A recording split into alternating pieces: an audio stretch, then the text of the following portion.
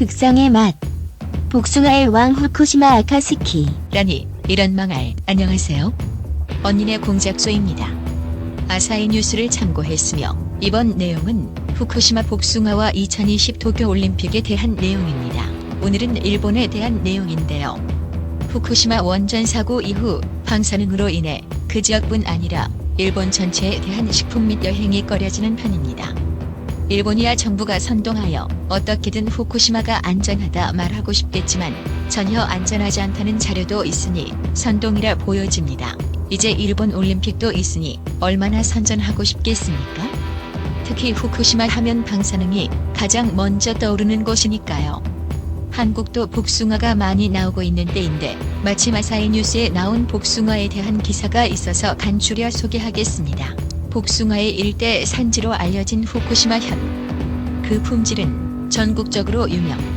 주력 품종의 새벽은 고향새 답례품으로도 인기가 높아지고 있다. 에키나카에서 자판기를 통해 홍보하는 아큐아 스트레이트 주스 100%의 후쿠시마 아카스키 복숭아. 후쿠시마현에서는 독자적으로 연구를 거듭하며 약 20년에 걸쳐서 훌륭한 복숭아가 수확할 수 있을 때까지 되었습니다. 유기비료의 독자 개발과 농가들을 모은 지도회 등에도 힘쓰고 있습니다. 복숭아 하면 후쿠시마. 일본 제1의 산지를 목표로 후쿠시마를 응원하는 판매 촉진 캠페인을 통하여 꾸준히 활동을 해마다 합니다. 열혈 팬들도 점점 늘고 있습니다. 특히 현지에서 먹으면 최고. 후쿠시마에 가볍게 놀러 오셨으면 합니다. 라고 하는데 정말 안간힘을 쓴다고 보여집니다. 물론 맛이 없을 리가 없죠.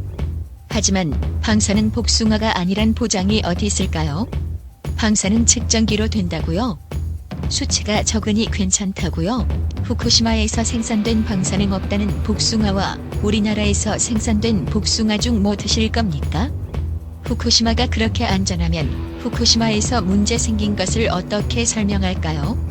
물론 가짜 사진 정보도 있을 겁니다만 그것 때문에 방사능이 있다는 것을 흐리면 안 됩니다. 참고로 이 복숭아는 아카스키 복숭아지만 품종명이므로 한국에서 재배되는 것은 상관없습니다. 일본의 올림픽 유치 성공을 위한 대대적 홍보 참에 쓰기는 하지만 선수들이 불쌍하군요. 아무튼 방사능 분석에 대해서 후쿠시마 올림픽 경기장은 방사능이 미국보다 3,000배나 많은 세슘 6,100베크렐/kg을 기록했다고 합니다. 일본은 2020 도쿄올림픽을 재건올림픽이라고 하여 진행 중인데 사람들이 떠난 후쿠시마를 다시 사람들이 사는 곳으로 만든다는 재건인지 위험한 지역을 돈벌이로 할 관광지로 재건한다는 의미인지 아무튼 문장부가 선동한다고 선동되는 개돼지들처럼 반의를 할 건 없지만 방사능은 반대하는 게 맞습니다. 오늘은 짧게 끝내겠습니다. 방사능 주의하십시오. 방사능은 약도 없습니다. 다음에도 더 좋은 내용을 담기 위해 노력하겠습니다. 감사합니다.